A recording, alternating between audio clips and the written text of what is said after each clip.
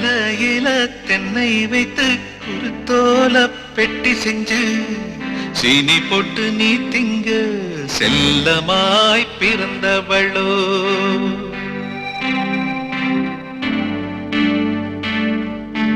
மரக்கிளையில் தொட்டில் கட்ட மாமனவன் மெட்டு கட்ட அரண்மனைய விட்டு வந்த அல்லீராணி கண்ணுறங்கு.